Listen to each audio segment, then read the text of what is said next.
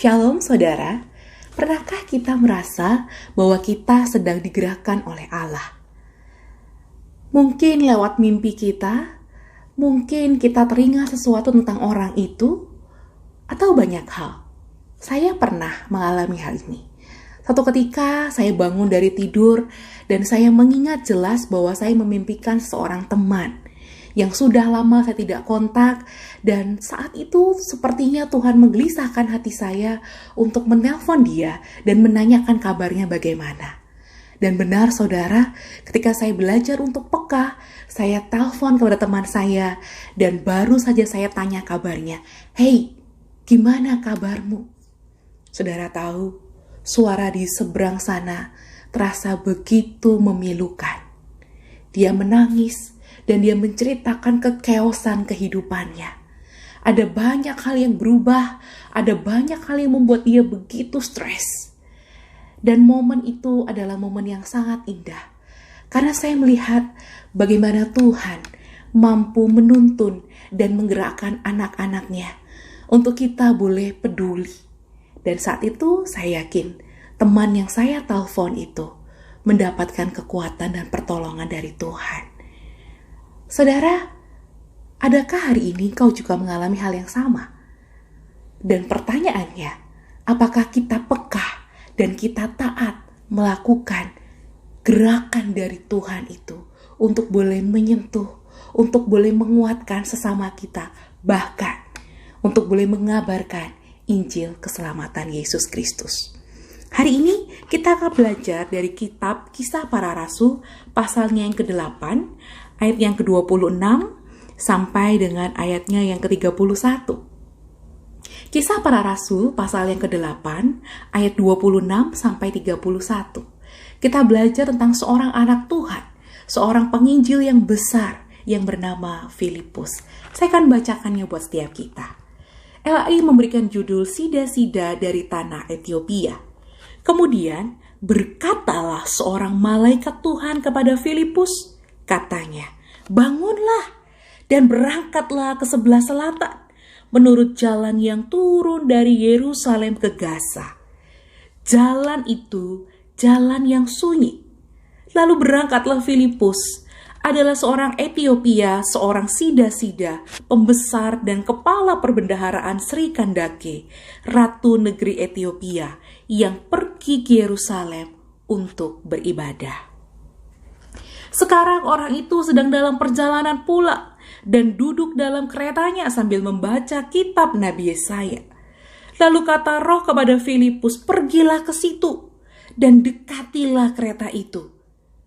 Filipus segera pergi ke situ dan mendengar Sida-sida itu sedang membaca kitab Nabi Yesaya. Kata Filipus, "Mengertikah Tuhan apa yang Tuhan baca itu?" Jawabnya, "Bagaimanakah aku dapat mengerti kalau tidak ada yang membimbing aku?" Lalu ia meminta Filipus naik dan duduk di sampingnya. Saudara, ini adalah sebuah gerakan Allah yang luar biasa, bukan? Seorang Filipus, seorang penginjil besar, dia telah memenangkan banyak jiwa di kampung-kampung di Samaria, di mana orang Yahudi sangat merasa najis bergaul dengan orang-orang Samaria. Tapi bukankah mereka adalah orang-orang yang dikasihi Allah? Dan Filipus tergerak untuk mengabarkan Injil di sana.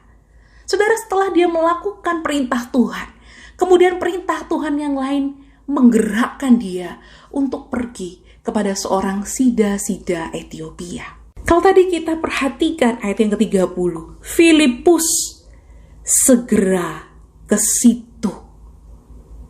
Saudara, ini adalah sebuah kata yang meyakinkan, kata yang kuat bahwa Filipus tidak menunda-nunda. Dia segera melakukan apa yang malaikat Tuhan itu berkata kepada dia. Dan benar saudara, dia mendapati tepat seperti apa yang malaikat Tuhan katakan kepada dia. Sida-sida Ethiopia itu, dia rindu mencari Tuhan. Dia rindu mengenal Tuhan. Tapi tidak ada satupun orang yang memperkenalkan dia kepada Tuhan. Dan Filipus menggunakan momen di mana Allah menggerakkan dia dia meresponi gerakan Allah itu dengan tepat. Dan dia mendapatkan 1 jiwa.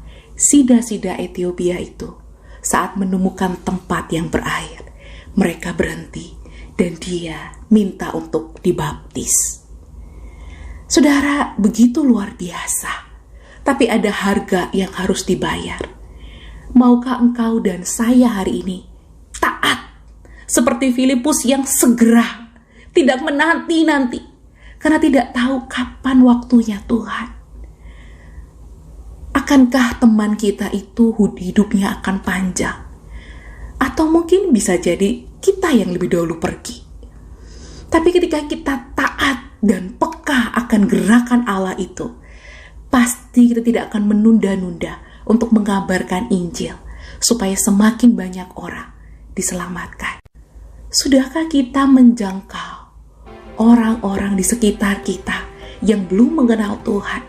Mungkin itu dulu teman kita SD, mungkin itu dulu teman kita SMA, atau mungkin dia adalah rekan bisnis kita yang baru.